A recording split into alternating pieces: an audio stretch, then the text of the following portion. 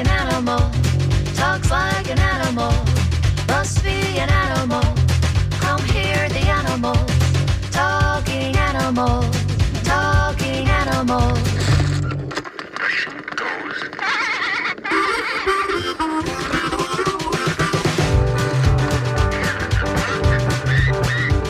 It walks like an animal, talks like an animal, must be an animal. Come hear the animals, talking animals, talking animals. This is a dog.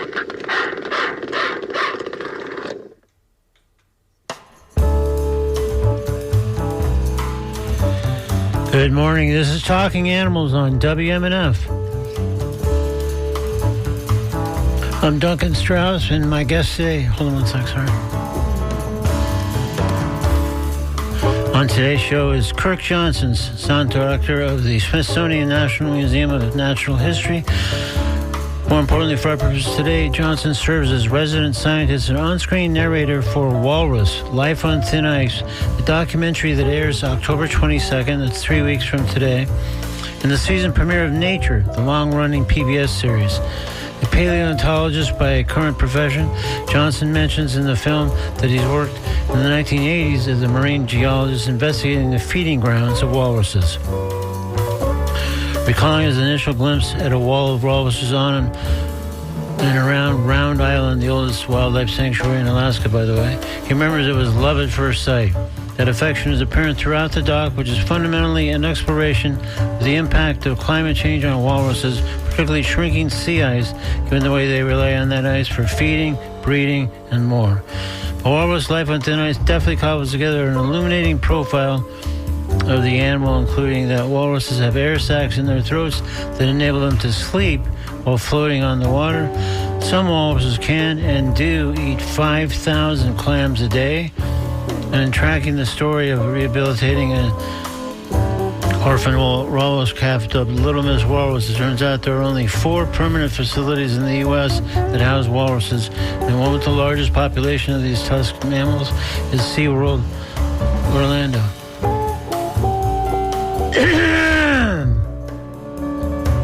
We'll hear this discussion about walruses, the nature doc, Walrus Life on the Thin Ice, and more when I play back my conversation with Kirk Johnson recorded yesterday in just a moment here on Talking Animals on WNF. First, though, an important programming note. In just 1 week, October 8th, WNF's Fall Fund Drive begins, and I'll be raising money on Talking Animals on that very day, Wednesday, October 8th. Typically assigned a sizable fundraising goal, especially for a 1-hour show, and learned over the years that the only real prospect of reaching that kind of goal is to get a head start, receive pledges before the fund drive show. So I'm hoping you might consider donating, ideally in the next day or two, certainly before October 8th. Any amount will be greatly appreciated. And as always, we have exclusive Talking Animals thank you gifts for pledges of various levels, ranging from amazing tickets to Peter Frampton at Ruth Eckerd Hall on October 31st to glow-in-the-dark dog collars for more safely walking your dog at night or early in the morning. So please visit WMNF.org, and in the upper right-hand corner, click on Donate Now. Just follow those prompts, and then when there's a drop-down menu, please try to select Talking Animals TLA so that our show is credited with your donation. Thank you so much. Meanwhile, coming up later on today's show, I'll speak with Amy Crosby, St. Francis Society Animal Rescue, both about the work they do day to day and an upcoming event called Perfect that will benefit St. Francis. Perfect involves a night of live music, comedy, dance, improv, and a costume party November 1st at the studio at the Carrollwood Cultural Center. We'll learn more details when Amy Crosby speaks with us later in today's show. Right now, though, let's hear the conversation all about walruses and the new edition of the PBS series Nature that explores various aspects of walrus lives, including their shrinking sea ice. The man at the center of that episode, Kirk Johnson. Recorded yesterday, this is my conversation with Kirk Johnson on Talking Animals on WMNF. So let's welcome to Talking Animals, Kirk Johnson. Thanks for joining us on Talking Animals, Kirk. Hey, my pleasure. Good to meet you, Duncan. Likewise. So this film is barely underway when it becomes clear you've obviously had a long time crush on walruses. We'll certainly come back to your pretty observable affection as the doc itself does. But for now, tell me what first appealed to you about walruses. I when I was 25 years old, I had the good fortune to be on a research vessel in the Bering Sea, and we went ashore on Round Island on a beautiful sunny June day, and there were about 10,000 walruses laid out on the beach, and I'd never seen a walrus before in my life. I was only 25 years old, and I thought everybody got to see walruses. And over the last 40 years, I realized I was one of the few people in the world that have seen walruses. It's like, so they've been part of my world for almost 40 years now.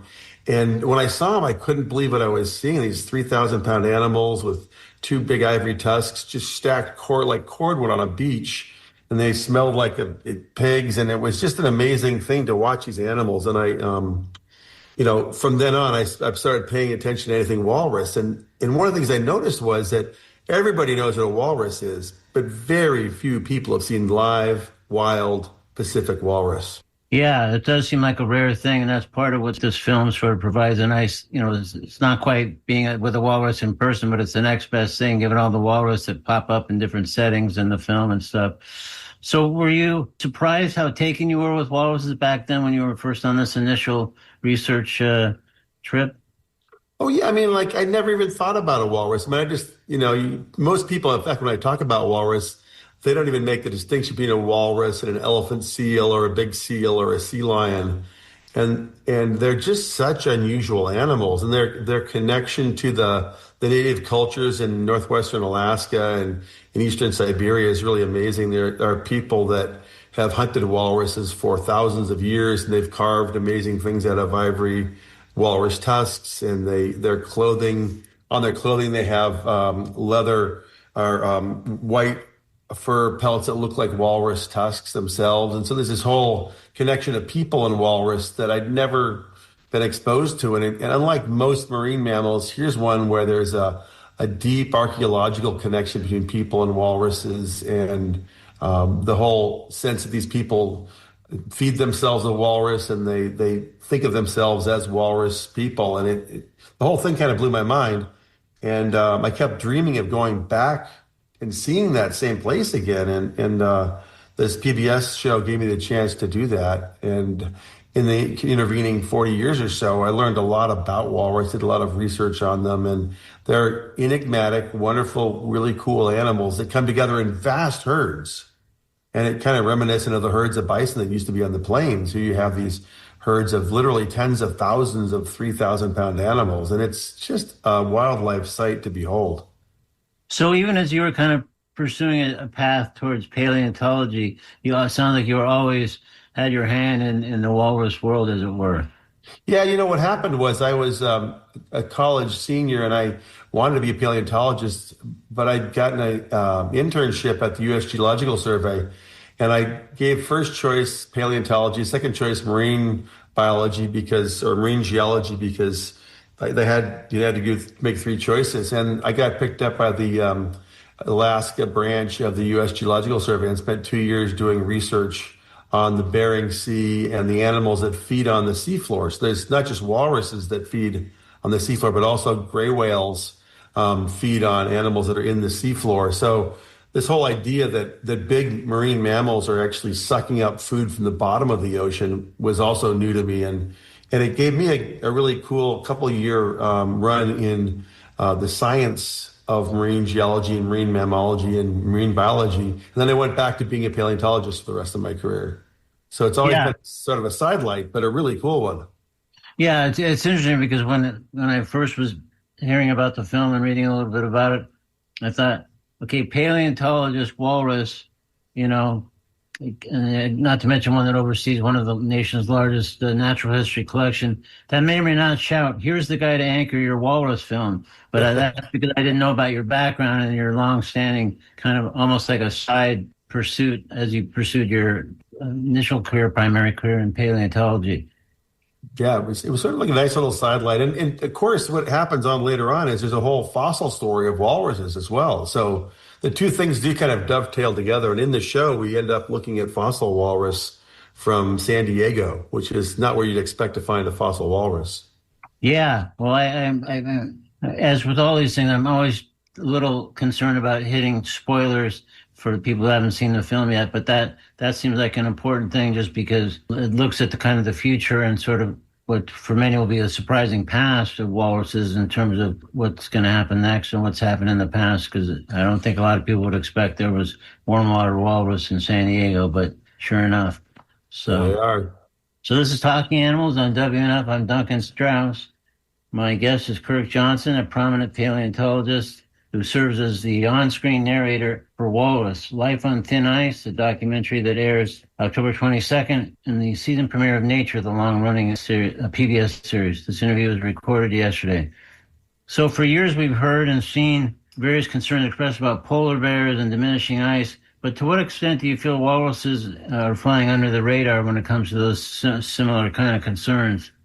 Very much so. The walrus is distinctly an ice animal, and the way it works is they use ice floes to float around in the Bering Sea and the Chukchi Sea, and they can rest and sleep on the ice, and then they dive down to the seafloor, which is usually not that deep, anywhere from like 20 feet to a couple hundred feet, and find the clams as their primary food source, or clams in the seabed.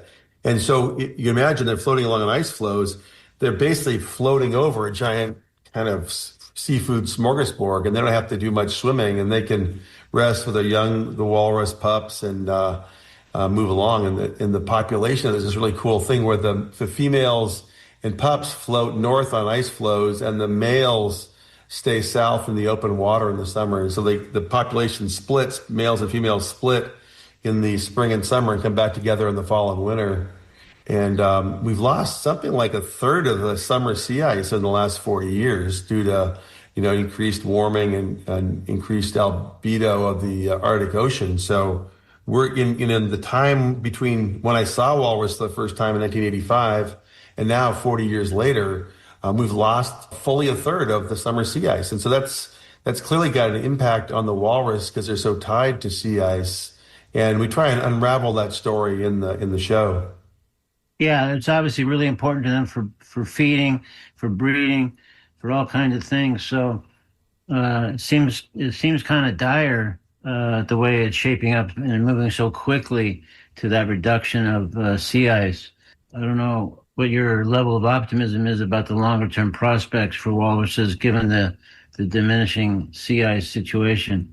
Well, there's sort of two things I think about it. One is the fossil record of walrus is really interesting. It goes back several million years, but even with the modern walrus, Otobenus rosmarsis, there are ice age walruses, and we find their skulls and skeletons in places like Vancouver and off the coast of Massachusetts, all the way down to North Carolina. So in colder periods of the ice age, walruses were down at mid latitudes.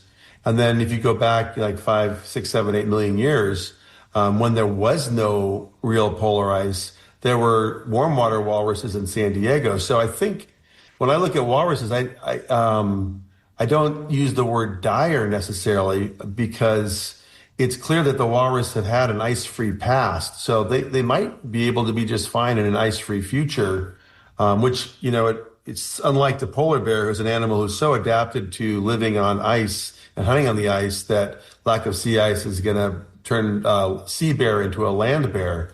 But in the case of the walrus, there's plenty of pinnipeds that live in non-polar regions or in non-nice situations. So I'm kind of optimistic that they might be adaptable in that sense. And the big change is going to be in the population size.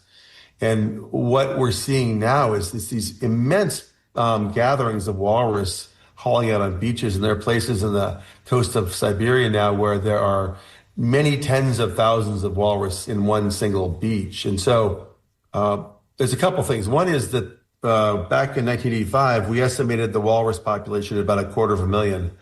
And today we estimate the walrus population at about 250,000, which means there might be no change at all in the walrus population, or we didn't know how to count them very well 40 years ago. And now with satellites and better counting, maybe we're looking at 250,000 that descended from 500,000, and we just named the right number like in 1985. So there's a little bit of ambiguity about how stressed they are.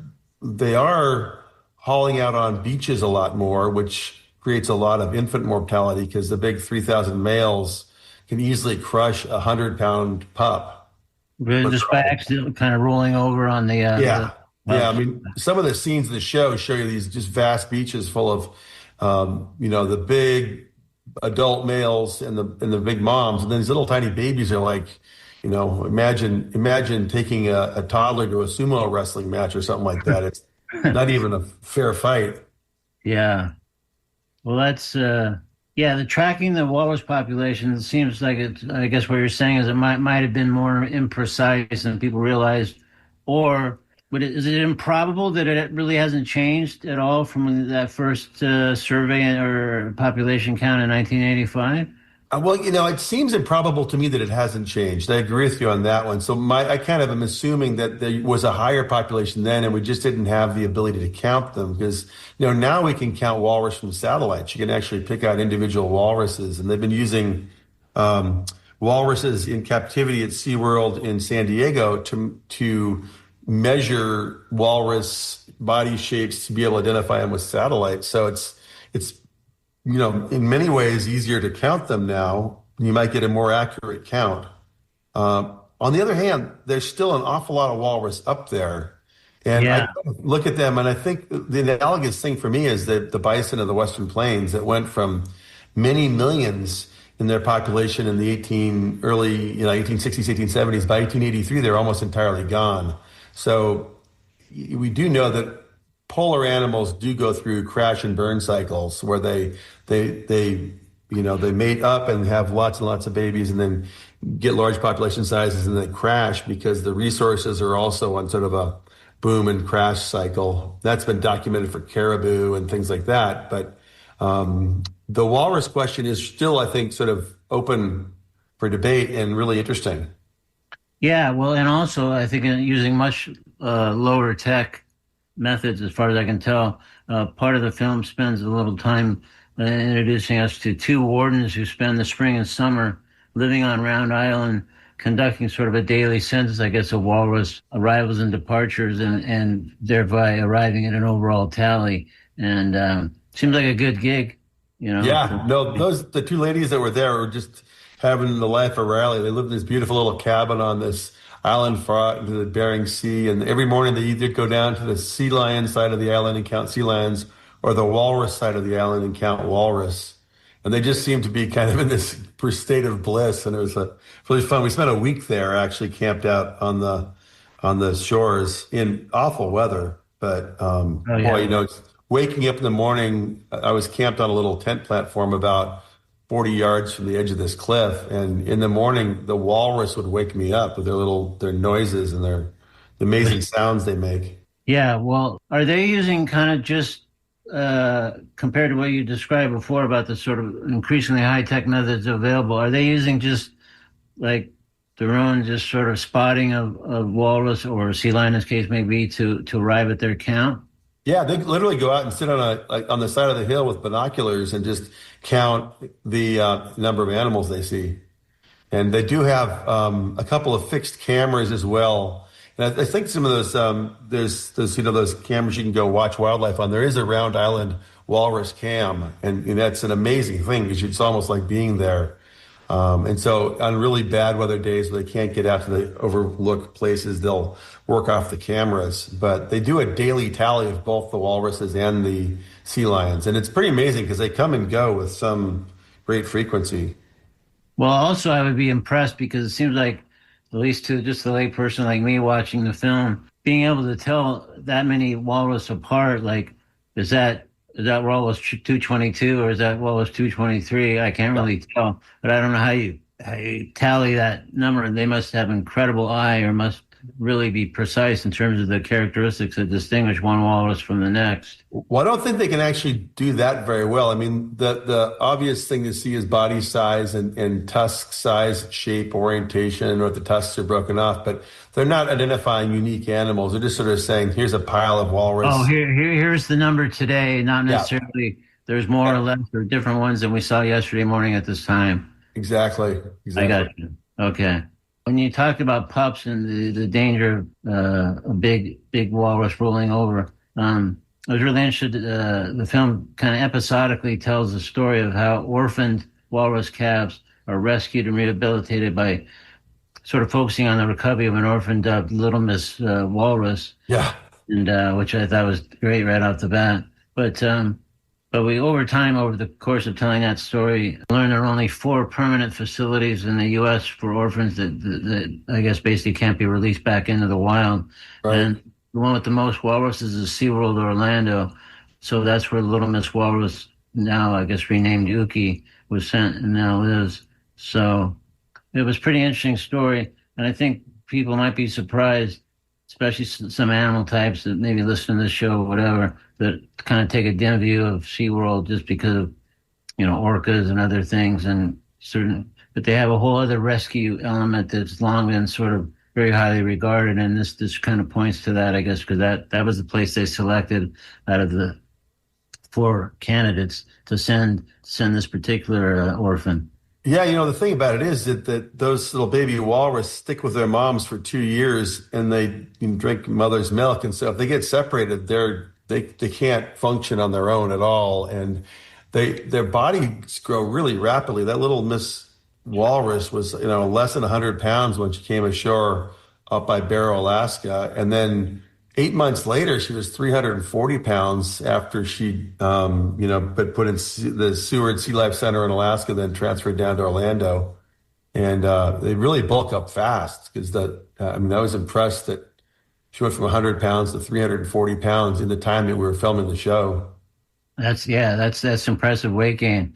And the thing about it is that keep a walrus get large, like a male walrus can go up to 3,500 pounds. So keeping an animal like that in captivity, the big elephants, the big walruses they have at SeaWorld all started there, not as captured large walrus, but as orphan babies. And they lived their whole life in SeaWorld Orlando. They would have not been able to survive in the wild. So it's not a rehabilitation. It's just sort of preserving the lives of individual animals and letting them be ambassadors for walrus, which are seldom seen. That's the amazing thing. Even in Alaska, you ask people who've seen a wild walrus, and most Alaskans haven't been to those remote places in the Bering Sea or the Chukchi Sea where you can see a live walrus. So they're special.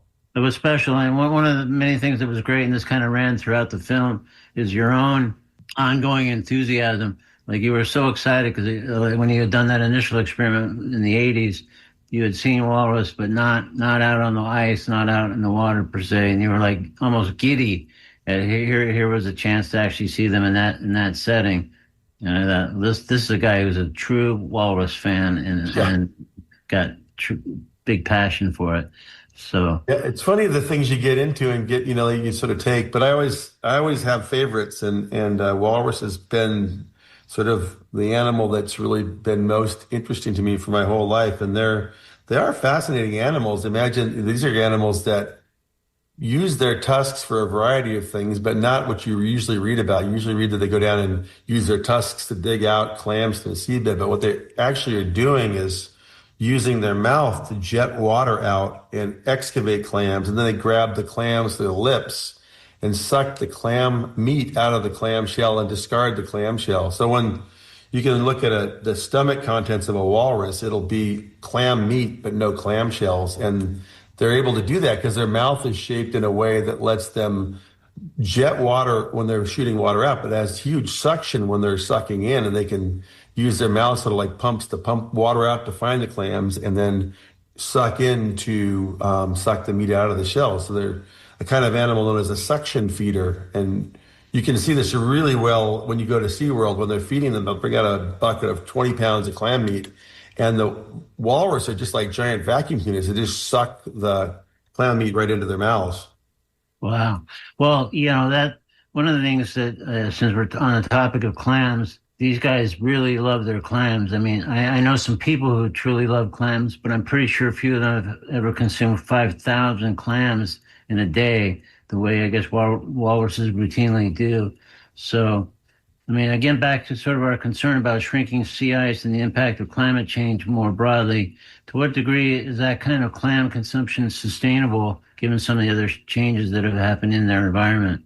Well, I think what's impressive was that it historically it was sustainable. That the sea floor of the Bering Sea, those shallow shelf seas up in the Arctic area, Chukchi Sea and the Bering Sea, are incredibly productive. There's the amount of benthic productivity, not just the clams, but crabs and amphipods and sea cucumbers and other kinds of marine organisms are. It's just a really rich area because of the nutrient flow through the area, and it's productive enough to support not just huge herds of walrus, but also tens of thousands of gray whales and other whales that flow through that area. And what's changing now is the dynamics of the Bering Sea, where you have less sea ice. And ironically, what that does is it means there's less sea ice algae, which is one of the drivers of the benthic productivity. So as you melt away the sea ice, you'll probably have a world where you can still be a walrus, but you can't have as many walrus.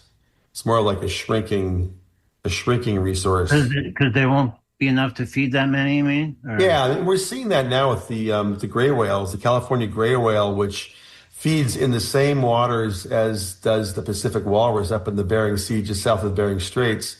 Those whales will migrate up from their breeding grounds in Baja every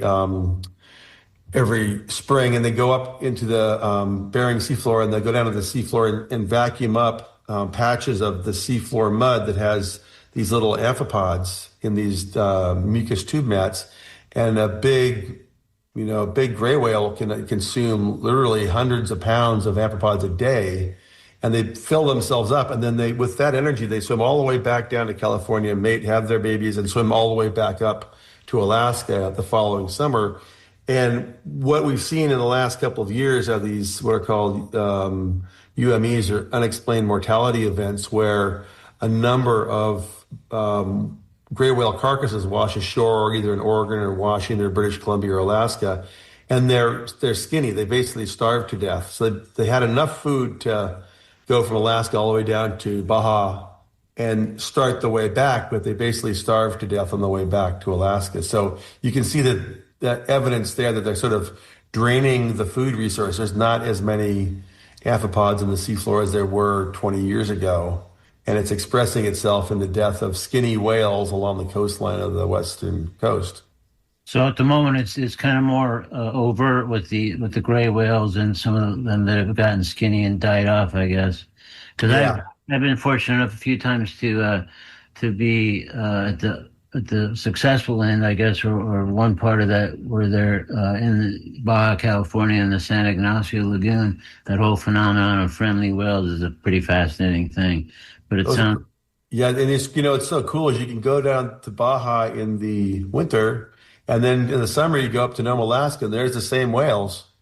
They're up there, but up in Nome they're just feeding like you wouldn't believe it. If we took a plane out, and there's a brief shot of it in the show, but we had a lot of really cool footage taken from a plane of feeding gray whales from the air. And those are amazing animals. They literally are sucking up, they're suction feeders just like the walrus. They're sucking up a lot of seafloor, and when they come to the surface breathing out, they're just sending plumes of muddy water as they push the water through their baleen and retain the little amphipods that they eat. I wondered, and it's probably kind of a dopey question as I think about it now, but again, when the whales, moms and their calves are in Baja California, especially in the San Ignacio Lagoon, this whole phenomenon of the friendly whales, where literally you're in like a little skiff, and the moms bring the calves up to you to pet them and meet them and whatever. I just wondered if at any other point in their journey would they ever be that inclined, or is it so specific to San Ignacio and just having had those babies and just keeping an eye on them? But it seems so counterintuitive when you know how mom animals of all different kinds go nuts when you get too close to their baby. And this is like they're bringing them over to introduce you. And I just wondered if there'd ever be a situation where they'd be outside of the lagoon where they might be similar. When we were doing research on the gray whales, we did a lot of work along the coast of British Columbia, because some of the whales do stop and do a little bit of bottom feeding along the ways. And there's no great big patches of amphipods like there are in the Bering Sea, but along the coast of Vancouver Island and the west coast of Washington State. You do see these whales poking along the coastline and feeding in shallow waters. And you often see gray whales right up against the edge of the surf almost. They're in super shallow water. That makes them one of the more visible whales. But my recollection is they were never as friendly there as they were down in Baja. And there must be something about the calves are young. They're just being sort of brought into the herd and doing things that are unique. And I've watched probably as you as well the increase of orca attacks on the northbound gray whales, where they're going after the calves and trying to separate the calves from the mom. So it's all friendly down in Baja, but then it gets a little bit more challenging as they make that trip back up to Alaska. Yeah. So I'd be curious to know, I mean, what this film, to me, among other things, although it does have kind of a fundamental theme that it explores in terms of the impact of climate change and how the sea ice has been affected. But it's kind of ultimately a mosaic. Tells a lot of stories and covers a lot of ground, and we meet a lot of cool animals and people along the way. What kind of hand did you have in helping shape that, as opposed to, obviously, you're kind of our narrator and guide for sure. But well, it was a very personal story, because it was my story of encountering the walrus when I was a young man, and now 40 years later, working, and I've been doing a lot with Nova PBS, and my shows, I served as the presenter of the show and introduced the show, and I typically do shows that are in sort of the zone of my research. My research is focused on polar ecosystems and ancient forests and change in landscapes and time over time, and so being able to put this story into that thing is definitely, like, the elements are there. But I work with Windfall Films out of London. I've done a number of shows with them, and they're really good at chatting with me about the general ideas I have and then building TV-worthy narratives out of those pieces. So, usually I come with the ideas and then hand them over to Dave Dugan and his crew, and they figure out the shoots and the sequence and how to edit the whole thing together. And often we shoot things out of sequence. And so those smart ones are saying, like, on this cliff on Round Island, we want you to be talking about this aspect because we know it fits into the film. So usually when we're shooting, I'm more of a following instructions kind of guy. But when we're talking about it, I'm like, here's my idea, here's my vision. And they're like, well, here's how we achieve that vision. So it's been a wonderful partnership, but you really love working with the film crews on these things. Usually it's small film crew, 1 or 2 cameras, a sound guy, and maybe 4 people all told. And we get ourselves into some pretty gnarly conditions, trying to get the shots. And it's so great to be out on the ice, on the ice floes, the walrus, or on the islands that are holding out. I mean, it's really such a privilege to be able to see these animals up close, and just my fascination with it has only grown by making the show. I got to say that. Yeah, well, it really came through because, I mean, you talk about it being really personal, and that's one of the things I think that makes this film so appealing, is that you obviously have a long time love and passion for these, but you're related to that, you feel very protective of them. And that really comes through with exploring some of the issues that are central to the film. You think it stands as a good sequel to My Octopus Teacher? Exactly, yeah. No, but I mean, one of the things that, like I say, when I mentioned earlier about almost like a mosaic, because there's so many elements to this film. So they're pretty much all about walrus, of course. Mm-hmm. But I mean, they're covering a lot more ground, and it's really interesting, and it's hard not to be, I think, brought into that as someone who didn't maybe know as much about walrus, but found them enchanting and learned a lot. So, in fact, as we're sort of nearing the end of our time here, Kirk. And by the way, let me just say one more time, this is Talking Animals on WNF. I'm Duncan Strauss. I'm speaking with Kirk Johnson, a paleontologist who oversees the collection at the Smithsonian National Museum of Natural History and is the on-screen narrator for Walrus Life on Thin Ice, a documentary that airs October 22nd. That's the season premiere of the PBS series Nature. So this interview was recorded yesterday. So for listeners of the show who obviously tend to be animal people, of course, what can we do as in the face of the administration that mocks and dismisses climate change, since climate change is so much a part of this, any steps that we can take? I think by the end of watching this film, people will feel like you did, that we love walruses and feel protective of them, but want to do something if possible. Well, I think that the real answer is that, the world's a complicated and wonderful place. And that's what we strive to do at the Natural History Museum, is to tell the millions of stories that make our planet what it is. And I do really feel that the very first step is awe and wonder, and the second step is kind of like melding yourself to a love of the natural world. And then every place is different, every solution is different, but I always think that the work I do, I hope to help people increase their awareness and love of the natural world. And then there are thousands of things that everybody can do in their own, wherever they live, to help steward the planet and realize that the wild world is still out there in an increasingly populated planet with myriad different challenges to wild animals. The fact that we can shoot a film in Alaska and see thousands of walrus still gives me a lot of hope. And I do think that as in my deep time perspective, watching animals wax and wane over the millions of years that they've been on the planet, is that as climate changes, animals do adapt, and evolution and adaptation happens at a very fast rate. And even when we're having rapid climate change, you'll see rapid adaptation. And we end the film with a pretty positive note, I think, because it shows that there are many ways to think of these things. And ultimately, I think television is a great way to get people thinking about what's out in the planet. And there are, not to give you a specific answer to your question, but just to say that there are lots of ways that people can be advocates for nature. And I think that's so important. And that's one of the reasons I love doing television, is that people get to the sense of going to themselves, but, know that these animals need supporters. Yeah. And it's great, because even if you're already kind of an animal or nature person, there's an opportunity to connect in a different way with, like, in the wake of the walrus film. It's like, I always kind of liked walruses and thought they were kind of cool looking, but I didn't know anything about them until this film by comparison. So I feel like that was the goal. I'm glad it worked with you, at least. For sure. Well, that's one. Yeah, we're keeping excellent. Yeah. So one last question. This is actually off topic, Kurt, but in that you're someone overseeing a major Smithsonian museum, I'm pretty curious to know how you felt when the president announced it would review the Smithsonian's exhibitions and might seek changes to certain content. How did you react, and what about your colleagues? Well, I'm quite confident in the Smithsonian's ability to be a persistent part of our nation. We're the nation's first investment in science. And, the key thing about the Smithsonian is we exist for all Americans.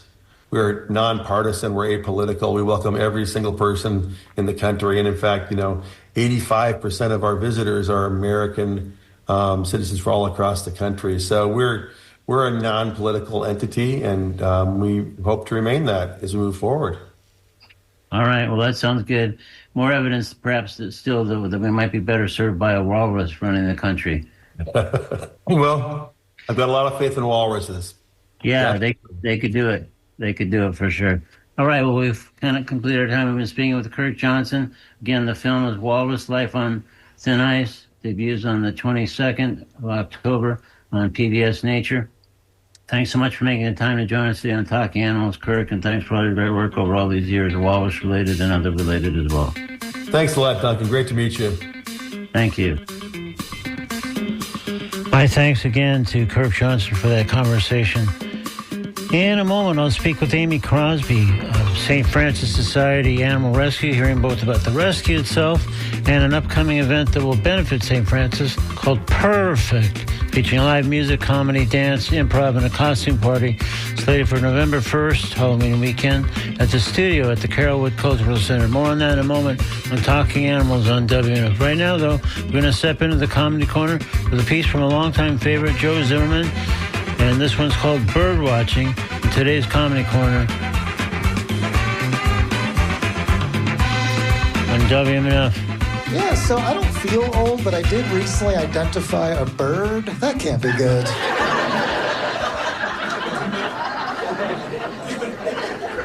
Is that a whippoorwill? Why do I care? And why do I have binoculars? My bird book says it is a whippoorwill. Yes. Got it. Good thing I've been studying. Yeah, I got into birding over the pandemic. I went down to Central Park. At first I did it ironically. I was like, I'm so stupid. Got too much time. 2 hours later, I'm like, Martha, look at that owl. She's like, that's a robin. I'm like, I'm new. But that is beautiful. And I actually met a professional bird watcher. He gives birding tours. I said, that sounds like a fun job. And he goes, well, you get a lot of egos. In bird watching? And he told me guys will brag about how many birds they've seen. And the best part is how they verify they've seen a bird is they just say that they did. It's an honor code, so I've seen every bird. Prove I haven't. Oh yeah? Where'd you see the cinnamon-breasted toady tyrant?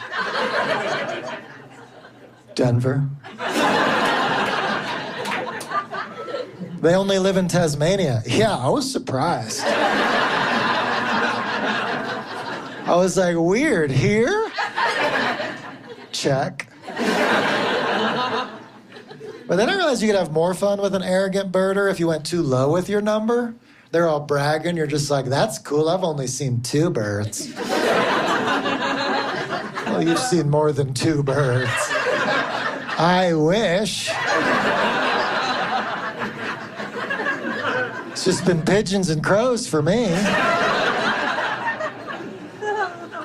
How long have you been birding? 4 years. So bad at it. I've seen chicken nuggets, if that counts. Have a feeling it doesn't. PETA is trying to remove animal violence from figures of speech, and they want us to stop saying kill 2 birds with 1 stone and start saying feed 2 birds with 1 scone.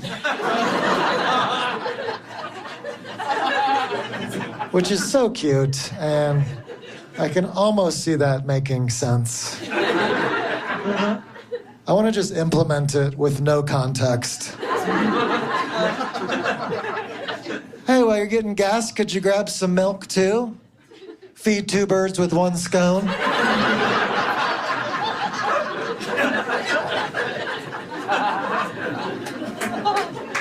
What? Just grab some milk with the gas. 2 birds, 1 scone.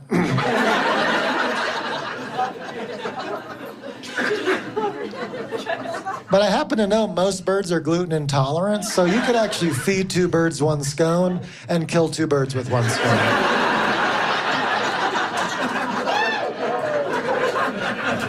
Or at least make them very ill. And I don't know if you can tell by looking at me, but I worked in a coffee shop for 2 years. Happen to know that scones get rock hard about 5 hours after they were fresh. So you could actually kill 2 birds with 1 scone, stone style as well. There's more than one way to skin a cat.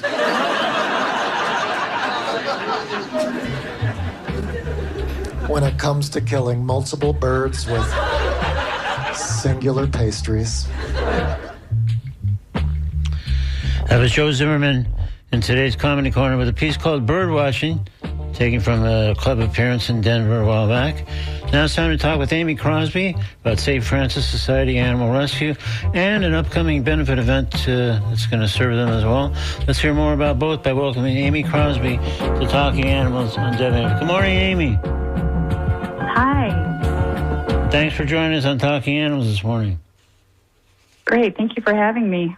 Sure. So let's start with maybe an overview of St. Francis Rescue Animal, St. Francis Society Animal Rescue.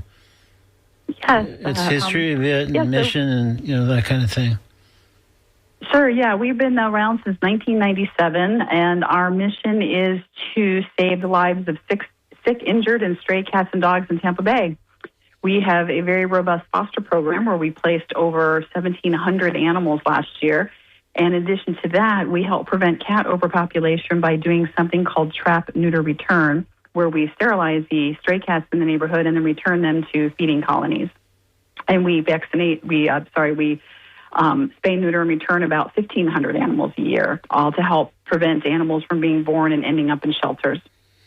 Wow, those are big numbers in both cases, the fostering numbers and the TNR numbers. That's a lot of work. How big a crew? I know this is all pretty much, if I'm not mistaken, volunteer oriented. So how many people are working to kind of achieve those results? Yes, we are a foster-based program. We don't have a shelter. All the animals live in our homes until they're put up for adoption, and then we use some local stores just for the weekend to get them adopted, but they all live in our homes. And we have about over 200 active volunteers right now. That's great. And we do serve a very wide area. We are all the way from Pinellas County, St. Pete, all the way up to Newport Richey area, and all the way out to Brandon, Riverview, and Gibsonton. Wow, you're blanketing the area, Amy, it sounds like to me. Yeah. We are doing our best to help stop the cat and dog overpopulation and help those poor stray animals. Yeah, well, it sounds like, again, whatever you're doing, it sounds like it's very effective given those numbers. So there's no facility of its own, as you note, but I guess you use stores, pet stores. Is that how the animals that get adopted out that have been fostered? Yes. You have a website, so you can come look at animals on our website, and some people will let you come to their homes to see them. But we do also operate in 3 different PetSmart stores. We're at the PetSmart in South Tampa, the one in Brandon on Causeway Boulevard, and also the one in Citrus Park Mall. In addition to that, we're at 2 different Pet Supplies Plus, the one in St. Pete and the one in Land O'Lakes, and at 2 pet supermarkets, one in Brandon, one in Ruskin, and we also work out of the Petco in Carrollwood. So we are usually there on the weekends with live pet events, and some of these stores have built-in kennels where we're able to keep animals for quite a few days where people can go meet them in person. And all that's listed on our website. Well, that's fantastic. That sounds like quite a few outposts where people can go and meet some cats and hopefully take one home. Yes, that would be great. They all have an opportunity for you to meet the kitties. We kind of match a good one to what you're looking for. And then there's usually a space there where you can sit down and have some playtime with the cat, too. So you can make sure there's a good connection there. So, Amy, let me ask you this. When all is said and done, is St. Francis Society Animal Rescue really more of a cat rescue, even though it seems like you're open to helping dogs as well? We do a lot more cats than dogs, only because the need is greater, but we do place a lot of dogs as well, and they are also kept in our foster homes. We do about 15 to 20 dogs a year as well. They are not at the stores, though. None of the stores in this area allow us to have dogs there, at least our rescue. So at the stores, we mostly have cats. But all of our dogs are available on our website, and you're able to meet them in person as well at the foster's home where they're staying. Well, that sounds great. And what if somebody hearing this said, hey, I'd like to join the ranks of those volunteers, sound like you're doing good work. How about someone get involved, or just even if they wanted to financially support the work of St. Francis Society Animal Rescue? We would totally welcome any of that. We go through, as you can imagine, quite a bit of cat food every year and a lot of kitten food. The best thing to do is to go to our website, which is stfrancisrescue.org. And on there, you can fill out an application to be a volunteer. And we need volunteers to be fosters, of course, but we also need people to help us at the events at stores. We also have people that just do transport for us. They're sort of like an Uber for kittens. If you like to drive in the Bay Area and want to help us get animals to their intended targets, that would be great. And also there's ways to donate and help us out. We have an Amazon wish list where you can donate food directly to us. And we're always open to, cash or monetary donations as well. Well, that sounds great. And I like the idea of being an Uber for a cat. That sounds like a good gig. So, well, speaking of other ways that help kind of support the operation, let's talk a little bit about this upcoming event, Life Amplified Perfect. Tell me a little bit about that. Yeah, so Life Amplified has generously donated their services to have an event for us on November 1st. It's going to be at the Carrollwood cultural center, and it's from 8 to 10 p.m., and they have lined up an amazing event with all kinds of things. There's going to be photos of adoptable cats that you can look at and adopt. We're having live singers from different Bay Area stages. Metropolitan Improv and Comedian is going to be there. There's dancing. There's going to be a charcuterie table with snacks for everyone, a balloon arch, and lots of our volunteers as well as other cat lovers there. It's a black and white feline-themed costume ball, so you can be decked out in your favorite black and white cat-themed outfits. So I guess that's open to interpretation. I guess it could suggest it's a tuxedo cat, but it doesn't necessarily have to, I guess. No, but that's a good one. I didn't even think of that. Yes, come as your best tuxedo cat. But yes, any cat at all or any feline-themed, T-shirts or outfits that you have. I'm sure there'll be some very creative outfits there. And then the proceeds from that night, if I'm not mistaken, do go to St. Francis Society Animal Rescue. They do. Like I said, Life Amplified is generously giving all the proceeds to us. It's $15 for a single ticket and $25 per couple. All ages are welcome. And I'm sorry, it's 18 and up, but it is alcohol-free, and everyone is welcome. And so we're also going to have Miss Florida USA there. So we have quite a few different people in entertainment to keep everyone occupied. And, of course, all of it will be indirectly or directly helping our animals by all the proceeds going to us to help us buy the tons of cat food we go through every year. Wow, well, that sounds like a lot going on just to cram into just 2 hours of the event itself. That sounds like it's going to be never a dull moment that night, November 1st there for Perfect. Yes, it should be a lot of fun. I hope we can see you there. Well, I'm gonna start thinking about my black and white outfit right now. So I'm gonna there you go from there. So Amy, thanks so much for joining us today on Talking Animals, and keep up the great work with the rescuing the cats and occasionally the dogs. And hope people come out to the event and they can find out more about that. Probably also on your website, or is there a dedicated specific website for the Perfect event? They can go to Life Amplified also for more information. Okay. And get tickets there. And I think there'll probably be tickets available at the door as well. But yes, you can go to our website for more information also. And that's stfrancisrescue.org. And thank you so much for having us on here to talk about our organization and the event that's coming up. For sure. My pleasure. You're doing great work. I always try to support that. So thanks again for making the time to join us today and tell us all about it. Thank you. Take care. Bye. Bye-bye now. Coming up on WNF, it's The Conversation, the great show hosted by Mario Nunez and Joe King Carter. After that, it's The Scoop, WNF's brief news recap. Then we shift back to music programming with Sam Vall holding forth from 1 to 3, followed by Nancy C. hosting the traffic jam from 3 to 6. And then it's just all much more of just great music all day long after that on 88.5 WMNF. We have just about reached the end of today's edition of Talking Animals. Next Wednesday, October 8th, as a reminder, I'll be joined by the fabulous Flea and the fabulous Bev Capshaw. We'll be raising money for WNF that morning, trying to reach the giant goal Talking Animals has been assigned. So please help us get a head start. While you're thinking about it right now, maybe just make an early pledge. Go to WMNF.org. Just follow the prompts for donating. Just please be sure to designate that your donation goes to TLA Talking Animals. There's a drop-down menu and you'll see TLA Talking Animals. So that would really be a huge help. Just give a running start. Either way, I hope you'll join us next Wednesday because we'll have a lot of fun, some great music and some comedy. And again, I'll be Flea, Bev, and myself trying to raise money for WMNF that day. So meanwhile, I also invite you to visit TalkAnimals.net for audio archives of every show we've ever done, and Apple Podcasts are there too, as well as on other podcast platforms, and links to our social media pages, etc. All that and more is at TalkingAnimals.net.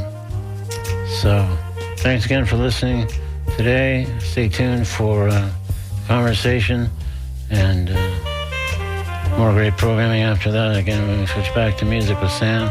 So, have a good week. Be kind to animals. Be kind to others. Be kind to yourself. This is Talking Animals on WMNF Tampa, Brandon, Clearwater, Largo, Weeki Wachee, and beyond. We'll see you next Wednesday here at 11 a.m. on Talking Animals on WMNF. Stay tuned for the conversation coming up momentarily after NPR News headlines. Thanks so much. Take care.